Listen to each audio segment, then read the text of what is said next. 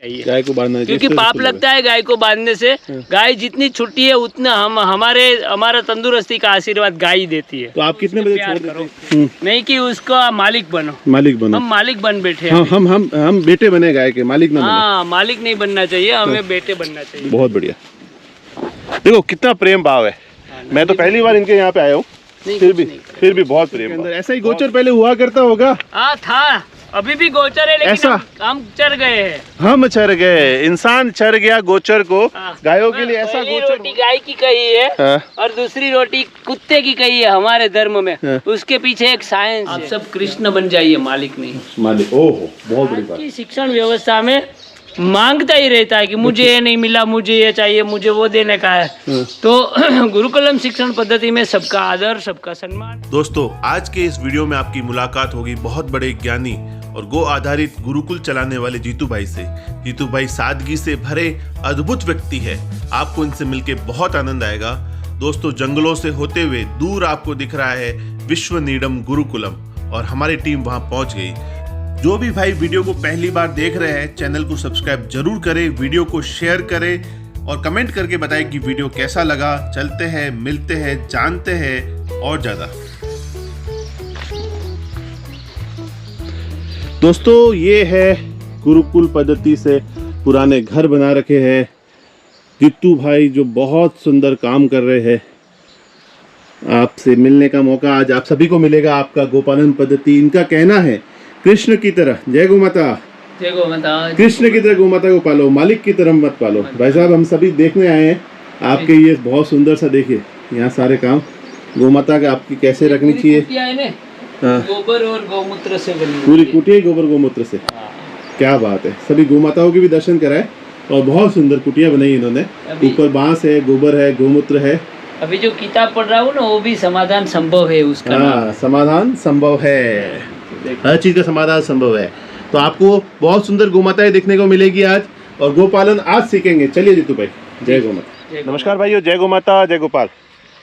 आज हम कम बोलेंगे, भाई साहब ज़्यादा बोलेंगे। जीतू भाई है गुरुकुल पद्धति, गौ माता को कैसे रखना है। आप देख सकते हैं इनकी गौ माताएं सारी इनके खेत में खुले में चल रही है। इनके खेत में जो भी उगता है वो गायों के लिए खुले में है। जीतू भाई, गोपाल, नमस्कार। नमस्कार। पहले तो आपका क्या कार्य है, आप क्या करते हैं, इसके बारे में थोड़ा सा बताएं सभी को। हम राजकोट में रहते हैं और राजकोट राजकोट से नज़दीक एक जंगल है, वहाँ हमारी गुरुकुलम है जी। और गुरुकुलम में छोटी बड़ी लेके 50 एक गाय है। 50 एक गाय। उसके अलावा गौ माता के अलावा और क्या कार्यकलाप होते हैं? गुरुकुलम का मतलब है हमारी जो प्राचीन शिक्षण पद्धति है, विद्या पद्धति है, जिसमें 64 प्रकार की विद्याएं थी, जिसमें से बच्चा पढ़ के बाहर निकलता है तब युवावस्था में आ जाता है, और वो फिर जब घर पहुंचता है तब एक व्यापारी बन के उभरता है और समाज में एक अच्छा व्यापार करने के लिए तैयार हो जाता है। तो ये हमारी प्राचीन शिक्षण पद्धति थी। उसमें क्या होता था कि व्यापार भी ऐसा करना है जिसमें हमारे पर्यावरण को बचाना है और हमारे ये जो पशु है, पंखी है, उन सब का ख्याल रख के हमारे घर का जो गुजरान चलाना है। ऐसी हमारी शिक्षण पद्धति थी, उसके ऊपर हम काम कर रहे हैं। और पिछले झोपड़पट्टी के बच्चों में हम संस्कार का काम कर रहे हैं, उसको अच्छी स्कूलों में एडमिशन दिलाते हैं। वहाँ भी झोपड़पट्टी में हमारा एक दीदी काम करते हैं, फिर उनको स्कूल में छोड़ते हैं और फिर उनके माँ बाप को फैमिली प्लानिंग का समझाते हैं, मतलब कुटुंब नियोजन कैसे करना चाहिए, क्यों करना चाहिए, कम बच्चे हो गए तो उसका कैसे अच्छी तरह से हम पालन कर सकते हैं, ये सब बातें हम वहाँ सिखाते हैं। वो हमारा गौ माता चल रही है यहाँ पे खुले में।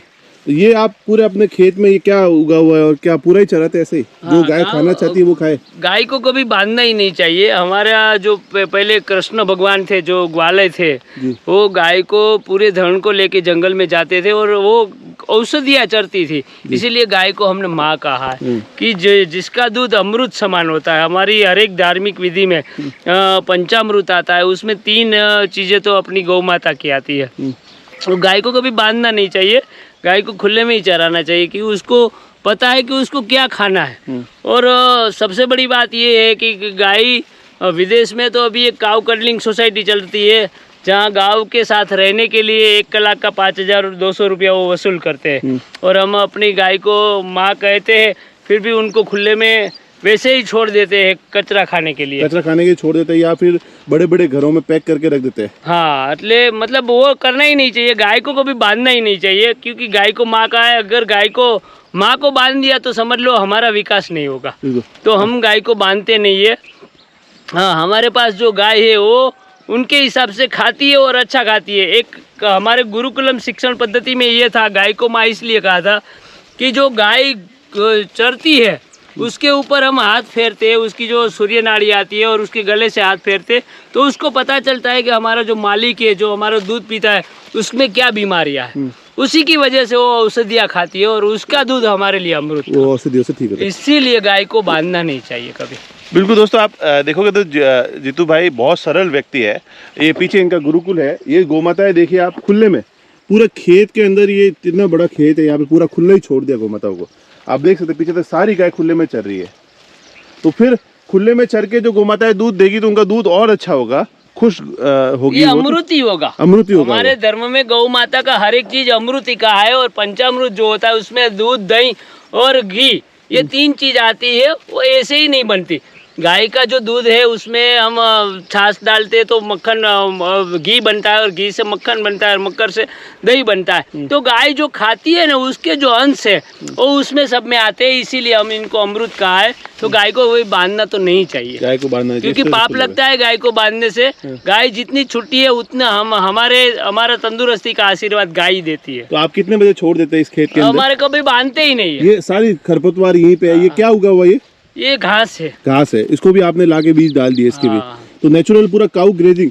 अब ऐसी ग्रेजिंग लैंड हो, ऐसी चढ़ने की जगह हो गौमाता के लिए, तो आप सोचो गाय खुश क्यों नहीं होगी।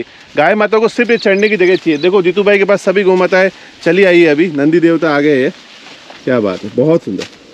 तो ये गौमाताएं सारी खुले में चल रही है। इन्होंने ये पूरा ग्रेजिंग लैंड बनाया है, आप देख लीजिए। पूरा गौमाता के चढ़ने की जगह है, इतना बड़ा ग्रेजिंग लैंड है। सारी गाय आराम से पेट भर कर, आप हेल्थ देखिए ना, नंदी की हेल्थ देखिए इसकी, और ये गौमाता की, सभी की हेल्थ आप देखिए। बहुत सुंदर, बहुत बढ़िया, कुछ नहीं करेगा, बहुत बढ़िया। देखो कितना प्रेम भाव है। मैं तो पहली बार इनके यहाँ पे आया हूँ, फिर भी बहुत प्रेम भाव, बहुत सुंदर। तो इनके जो गोपालन करते हैं उनको कैसे गोपालन करना चाहिए जीतू भाई? गौपालन तो भाई कृष्ण की तरह करना चाहिए। कैसे कृष्ण की तरह? कैसे? कृष्ण भगवान पूरा दिन गौ माता के साथ रहते थे, हमारी तरह शुक्ल लकड़ी थे। मतलब फिर भी पहलवानों, कंस के पहलवानों से। अच्छा, आपकी तरह शुक्ल में, आपकी तरह पतले थे? हाँ, मैं भी पतला ही था, अभी भी पतला हूँ, इतना बड़ा तो मोटा नहीं हुआ हूँ। लेकिन गाय को अगर उनको पालना है तो कृष्ण भगवान की तरह पालो, उनके साथ रहो, उनको उसको जहाँ भी घास खाना है उसके साथ जाओ, और फिर उनकी रक्षा करो, उसके प्यार करो, नहीं कि उसका मालिक बनो। हम मालिक बन बैठे हैं। हम बेटे बने गाय के, मालिक ना बने। हाँ, मालिक नहीं बनना चाहिए, हमें बेटे बनना चाहिए। बिल्कुल, बेटे बन के सभी गाय। देखो जैसे कृष्ण भगवान के साथ सारी गौमाताएं होती थी गोचर के अंदर, ऐसा ही गोचर पहले हुआ करता होगा। हाँ था, अभी भी गोचर है, लेकिन ऐसा? हम चर गए हैं। हम चर गए, इंसान चर गया गोचर को। गायों के लिए ऐसा गोचर होना, जो गोचर इन्होंने बनाया है, ऐसा गोचर ही गौमाता के लिए चाहिए। इंसान चर गया गोचर को, बहुत बहुत बड़ी बात है। हमारे तो मैं तो कहता हूँ कि मैं छोटा था ना, तब एक पढ़ाई में एक स्टोरी आती थी, कहानी आती थी कि पहले जो का जमाने का राक्षस था, वो मानस गंदा है, मानस खावे से बोलता था। अभी आज के जमाने का इंसान भले ही सहिष्णु हो, लेकिन वो ऐसी कहावत हो गई है, मैंने बनाई है, कि इंसान जहाँ भी पड़ा वो एक ही सूत्र बोलता है कि जमीन गंदा, जमीन खाओ। मतलब सारी जमीन पे उसने अपना कब्जा कर लिया, और इसीलिए गाय माता की जमीन नहीं रही। गाय माता की देखो ना, नंदी पूरा ऊपर का खा रहा है, नहीं तो गाय को पीछे बचा हुआ चुगा हुआ खाना पड़ता था। अभी देखो ऊपर का जो अच्छा माल, आज हम खाते हैं तो दूध की मलाई ज्यादा पसंद करते हैं, तो गौ माता के लिए ये अच्छा चारा क्यों ना हो। तो अच्छा चारा इन्होंने देखी, बहुत अच्छी व्यवस्था जीतू भाई ने की है। इसके अलावा और क्या ध्यान रखना चाहिए गोपाल में जीतू भाई? गाय कभी बीमार नहीं पड़ती, सबसे पहले बड़ी बात तो ये है। गाय को बीमार हमने किया है, कभी गाय बीमारी नहीं होती, क्योंकि हमने गाय को कचरा खिलाना शुरू कर दिया। बीमारी बहुत चल रही है, लंपी चल रहा है, लेकिन वो 1% है, और उसका जो एडवर्टाइजमेंट है वो ज़्यादा है, इसीलिए सबको ऐसा लगता है कि लंपी बीमारी है। हर एक पशुओं को कुछ समय पे बीमारी आती है, उसका इलाज भी है और उसके पास ज्यादा उसका इलाज है। गौ माता के पास खुद का, क्योंकि हमारी बीमारी अगर दूर कर सकती है तो खुद की बीमारी क्यों दूर नहीं कर सकती। पर हमने वो इलाज तो छीन लिया ना, जमीन ही नहीं है, वो औषधियाँ तो है नहीं अभी। बस जो गोचर था, जो हमारे जंगल थे, वो हमने खत्म कर दिए, इसलिए गौ माता के लिए खाने का कुछ नहीं है और हम उसको तैयार माल खिला रहे, इसलिए बीमार पड़ती है गौ माता है। ये जो आप देखिए ना, ये जो गोचर जमीन है आपकी, इस जमीन के ऊपर जो गोमाता है ये चल रही है, तो ये आनंद है। ऐसा गोचर होगा तभी गाय पल पाएगी, वरना गाय को पालना मुश्किल होगा। ये गोचर है। आज मुझे बड़ी खुशी हुई यहाँ पे आके, ये राजकोट में आना सफल रहा मेरा पूरी यात्रा का सबसे अच्छा, और भगवान ने ही इनसे मिलने का मौका दिया। नहीं तो हर आदमी क्या करता है, बड़े बड़े ब्रीडर के पास में जाने की कोशिश करता है, जिनका नाम होता है उनके पास जाने की कोशिश करता है, पर जो आके यहाँ पे आनंद आया ना, वैसा आनंद और कहीं नहीं मिलेगा। बहुत सुंदर। यहाँ आए जरूर, मैं नंबर दे रहा हूँ जीतू भाई के, इनसे ज़रूर मिले जब भी मौका मिले। अपने बच्चों को अगर गुरुकुल पद्धति में पढ़ाना है तो भी आप यहाँ भेजें। बहुत सुंदर आपका कार्य है। जी जीतू भाई। 94 277 28 9 15। हिंदी में बोलना पड़ेगा। पहली रोटी गाय की कही है और दूसरी रोटी कुत्ते की कही है हमारे धर्म में। उसके पीछे एक साइंस है। क्या? क्योंकि हमारे धर्म में सबसे पहले अपने जो वडील होते हैं, अपने जो पूर्वज होते हैं या फिर अपने पालक होते हैं, उसके लिए पहला खाना बनना चाहिए। इसीलिए हमारे गौ माता कही है, तो गौ माता की पहली रोटी कही, क्योंकि वो हमारी तंदुरुस्ती का ख्याल रखते हैं। और फिर दूसरी रोटी कुत्ते की कही है, इसीलिए कि भाई हमारे भाग त्रीजा है, तीसरा भाग हमारा है, तो हम ये भूल गए हैं और सब रोटी हमारी रखी है और बच्चा कुचा गाय और कुत्ते को देते हैं। बच्चा कुचा गाय और कुत्ते को देते हैं। तो इस पे एक बात मैं कहूँगा जीतू भाई। जी सर। पहले क्या होता था कि घरवाली जब रोटी बनाती थी तो पहली रोटी करती थी गाय के लिए। ठीक है, बिल्कुल बिल्कुल। पहली रोटी गौ माता के लिए। तो आजकल क्या है कि पहली रोटी तो खिलाती है अपने पति को, तब वो गाय की तरह एकदम शांत, एकदम मतलब समझे ना आप, एकदम शांत। और फिर बाद में दूसरी रोटी जो आप कह रहे, मतलब पति को पहली रोटी खिलाती है ताकि वो गौ माता की तरह शांत हो जाए। अब तो भी होशियार हो गई है। अभी ये भी नहीं रहा है सर। पूरी पहली रोटी भी पुरुष के लिए नहीं रही है, क्योंकि अभी वो ये मॉडर्न युग आ गया ना। रोटी तो बनती ही नहीं, पता नहीं क्या क्या बनता है। अभी तो बाहर से ही खा लेते हैं ज्यादातर लोग, तो टिफिन आता है। लेकिन ये पहली रोटी का रीजन ये है कि अगर शनिवार रविवार को के बाहर पार्टी करने खाना खाने जाएंगे तो वो खाना कितना नुकसान देता है? बहुत नुकसान देता है। उसमें जो आता है केमिकल्स ही आता है। बाहर का खाना तो कभी नहीं चाहिए, खाना ही नहीं चाहिए। हमारे यहाँ दोनों टाइम का ये जो भोजन प्रणाली है वो गुरुकुलम के हिसाब से चलती है। दोपहर में भी भोजन बनता है तो सात्विक भोजन बनता है, शाम को भी गाय के जो छाछ होती है उसकी कढ़ी बनती है, सब्जी बनती है, खिचड़ी जो हमारा सुपाच्य खुराक है।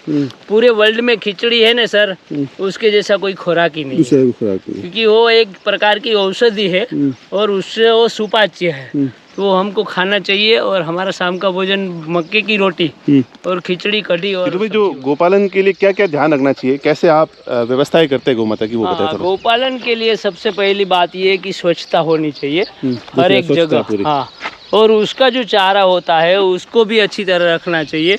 और एक मुर्गा पालना चाहिए, क्योंकि मुर्गे जो होते हैं वो गाय के जो परेशान करने वाले जो जीव जंतु है उनको मारने का काम करता है। मार देता है। अभी पहले के समय में हर एक गांव में मुर्गा जो था वो जरूरी था, क्योंकि जो कूड़ा होता है वहाँ से भी वो बेकार की जो वो है वो जीव खा जाते हैं। और जो अपने यहाँ देखो, आप देख रहे हैं कि मुर्गा भी है। तो ये सबसे बड़ी बात ये है कि स्वच्छता बहुत जरूरी है, ताकि वो बीमार ना रहे। यहाँ पूरी गाय खुली रहती है, आराम से घूमती रहती है पूरे दिन। यहाँ जो अभी जब जरूरत पड़ती है तब मुर्गे हैं के लिए, उनके लिए गाय को दौड़ने के टाइम हम ये उसको थोड़ी देर के बांध के लिए, ये हमारे बछड़े हैं, पक्षियों के लिए भी घर बना दिया आपने। वो भी छुट्टे रखते हैं, बांधते नहीं है। अच्छा, बच्चे भी पूरे खुले? हाँ, पूरे खुले हैं, उसको बांधने का नहीं। ये संवर्धन से जो बच्चे तैयार हो रही है वो है। तो ये ध्यान रखना चाहिए कि भाई हमारा जो गौपालन का जो विस्तार है उनको बहुत सफाई करके रखना चाहिए। उसमें मुर्गे भी रखने चाहिए। बहुत बड़े खेती उद्योग में भी मुर्गे बहुत ज़रूरी है, क्योंकि खेती में भी जो जीवात आती है, जो नुकसानदायक जीवात है, उनको मारने के लिए मुर्गे बहुत। तो दूसरा जो गिर गाय का लोगों में बहुत ज्यादा क्रेज है, इसके बारे में कुछ कहेंगे क्या? नहीं, बाकी नस्लों से बेहतरीन है या क्या है? ऐसा नहीं होना चाहिए। हर एक राज्य की एक अपनी खुद की पहचान है, खुद की गौ माता है। हर एक राज्य में अपनी गौ माता को रखना चाहिए, उसको प्यार करना चाहिए कि माँ माँ होती है। गिर गाय मतलब ऐसी है कि वो भी जंगल में रहती थी, गिर सिंहों के सामने लड़ाई करके अपनी हिफाजत करती थी और अच्छा खाना खाती थी।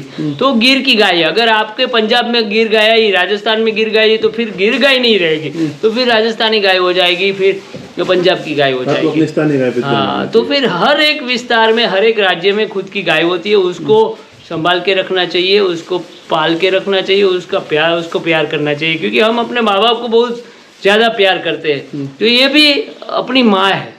तो हर एक राज्य की एक माँ होती है। उन सबको, गौपालकों को मेरी सब विनती है, गोचर की व्यवस्था हो, इतनी सुंदर व्यवस्था हो, घूमने की व्यवस्था हो, बाकी सब चीजें। गोपालकों के लिए कोई मैसेज, जो अक्सर वीडियो देख रहे हैं उनके लिए आपका कोई अंतिम मैसेज? भाई सभी गौपालकों को मेरा नमस्कार। आप सब कृष्ण बन जाइए, मालिक नहीं। मालिक, ओहो, बहुत बड़ी बात। ये तो एक बात में सारी बातें कह दी है, सच्चाई यही है, कृष्ण बन जाइए। चारों तरफ देख सकते हैं आप, पक्षी, आवाज आ रही है, बच्चे यहाँ पढ़ते हैं। ये तो भाई गुरुकुल पद्धति क्यों आवश्यक है? जय पर्यावरण देव, जय जीवन, जय जगत। गुरुकुलम इसलिए आवश्यक है कि जब पहली इंग्लिश स्कूल इंग्लैंड में बनी ना, तब हमारे पूरे भारत में 72 लाख गुरुकुलम थे। हम कभी अनपढ़ थे ही नहीं, लेकिन सिस्टम, हमारी समाज व्यवस्था इतनी बिगड़ी कि हमारे गुरुकुलम लुप्त हो गए। अभी गुरुकुलम शिक्षण पद्धति में 64 प्रकार की विद्याएं थी।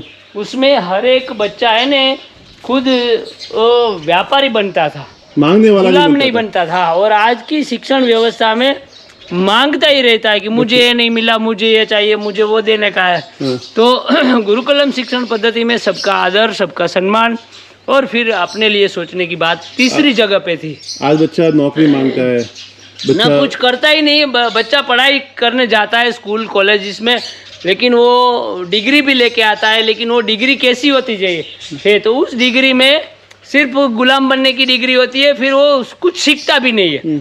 99% बच्चे ऐसे होते हैं जो फिर बोझ बन के रहते हैं। तो उस बच्चों से भी मेरी एक निवेदन है कि बच्चे, आप कुछ एक व्यावसायिक धोरण पे आप कुछ सीखिए, ताकि अपने घर को भी उपयोगी हो और आपके घर को भी आप समृद्ध बना सके। तो ये गुरुकुलम शिक्षण पद्धति में सब था। आप तो साधु संत बनना चाहते थे जी, सही बात है। फिर ये क्यों विचार किया कि भाई गुरुकुल खोले, और इस गुरुकुल से क्या सीखे और क्या आगे के आपके प्लान है?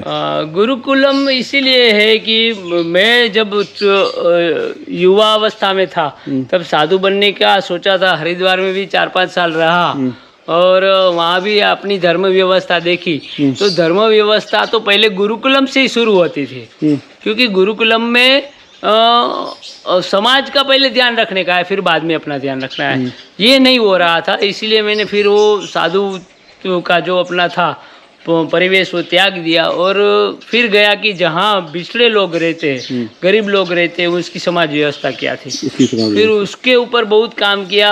24 साल से काम कर रहा हूँ, अभी भी काम चालू ही है, बंद नहीं किया, करने वाला हूँ जब तक जिंदा रहूँगा तब तक। लेकिन गुरुकुलम की जो शिक्षण व्यवस्था थी उसको, वो मेरे को बहुत असर कर गई और मुझे लगा कि मुझे ये काम करना चाहिए। अभी आसान भी नहीं है ऐसे बच्चों को यहाँ लाने का। आज तो बच्चों को माँ बाप इंग्लिश सिखाना चाहते हैं, बाहर चीजें फॉरेन भेजना चाहते हैं, चीजें गुरुकुल से तो दूर ही रखते हैं। मैं उनको ये कहूँगा कि माँ बाप इंग्लिश पढ़ाना चाहते हैं, वो एक रोबोट बनाना चाहते हैं, ऑर्डर पे चलने वाला बच्चा चाहिए। और अभी बच्चे भी नहीं पैदा हो रहे, क्योंकि बच्चे को कुछ नहीं डांटा जाता, नहीं बच्चों को ज़बरदस्ती की जाती है। मतलब उसको ये नहीं खाना तो नहीं खिलाने का, उसको वो नहीं चाहिए तो नहीं देने का। अरे पहले बच्चों के लिए भी मैदान बनाओ साहब, नहीं तो उसके जो फिजिकल बॉडी है, मतलब तंदुरुस्ती वो ख़त्म हो जाएगी।